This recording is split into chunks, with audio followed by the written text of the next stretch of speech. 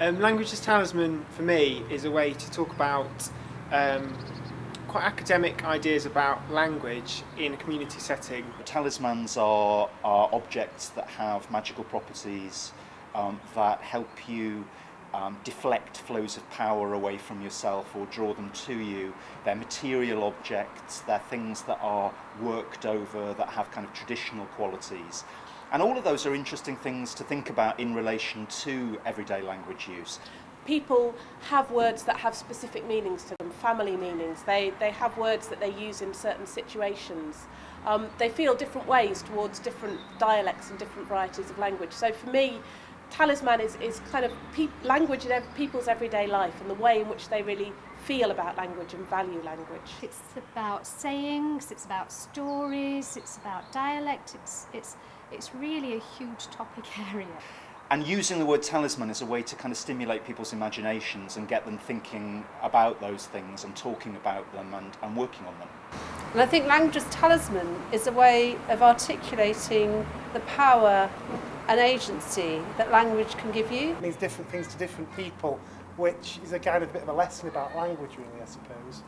The aspect of language as talisman that interested me was the way in which particularly children, young people, use language as an expression of their identity, their integrity, and in some aspects, I suppose, to keep a distance from other people. I think people use language as a way to protect themselves and language as a way to define themselves. It's very important to people that they speak in a certain way. It's important to people how their words are perceived. I was really interested in working with some of the children in one of the schools who the boys said that they called each other bro, for example, which obviously they were getting from an African-American context, but it was part of, I think, building their identity, thinking about themselves, that they have these words that they use that might not be obviously dialect words, but are words specific to them that connect them to other members of their group and that they use in that kind of identification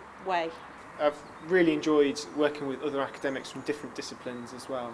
The opportunity to work with such an eclectic group of people, but including academics with different types of knowledge that they bring and different funds of knowledge that then when we have the transfer and talk about these things, it brings such a new richness to the project.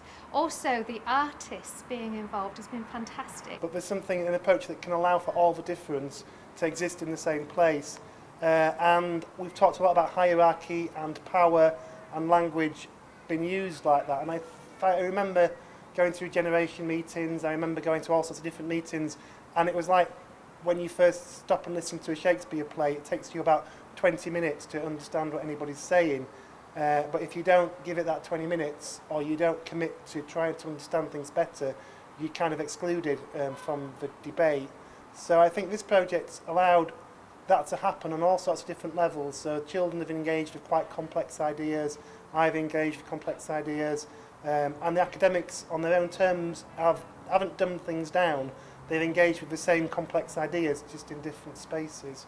I'd gone into this project thinking that somehow somebody's going to have to corral all these different ways of thinking about language and the different aspects of research. And in fact, the freedom that's been given to all of us within that research project to bring different things has, I suppose, has really helped me to deconstruct that notion of collaboration and move away from some kind of controlling management of research projects. What I was aiming to do was give everybody an equal voice, from the young people to the schools, to the youth worker, to the academics in the project, and make sure that for everybody, their experience of it was that they were equally valued. Working with the community in the way that we've done in this project has been fascinating for me, both in terms of thinking about it academically and thinking about it in my work. Listening to the exchanges across the community and how the richness started to appear within the literacies that they were finding. So it wasn't just me bringing my assumptions, it started to drill down into a whole new richness. For me, the collaborative working practice of that has enriched my thinking about my work. Talismanic language, perhaps things with my family, we've got lots of kind of in-jokes For example, my grandfather used to call, when you'd have a jar of damson jam and there were little stones in them, you would call them crungles, and that was a word that was specific to him, and that in our family we use and not just to refer to something, but also to kind of invoke his memory. When I was listening to some of the community languages and some of the literacies that we used in some of the stories and the telling of stories, I found that I had memories that I'd forgotten about, that were about sayings and things that were said to me as a child. So it rekindled some of those things, like I'll have you got spagatus. I remember my grandmother saying that and jokingly. I mean, never quite getting what that meant, but knowing in context that meant I had to behave. You can probably tell I'm from South Wales, and when my mother would pick up the phone, she would always say, "Hello, Aberdare 3160. And when she realised it was me, she'd say, "Oh, it's you." I remember walking back from the Lead Mill, which is a club in Sheffield, just as my granddad was dying, and I think I was very, very drunk. And I remember walking back. Well, I wasn't really walking back, I was very drunk. I sort of crawled part of the way back, and I remember as I was crawling, I was thinking, in my head, I was just saying, "You're always on your own, you're always on your own." And I don't know where that came from, but I think it's my gran. She used to say, "Always look after number one." And she always used to say, "You're always on your own." And I suppose it's that thing about when we come into the world and when we go out of it, we're always on our own, however much we're connected to people, which is a very negative sort of use of talismanic language. But as I was crawling back from the Lead Mill, it was quite comforting, really, because actually in the end, you kind of are. I think to walk into a community setting or to walk into a collaborative setting with people with different kinds of approaches and different ways of thinking about things, and to walk in there with a very precise academic question is not a good idea. I think it sets the agenda too much is already decided.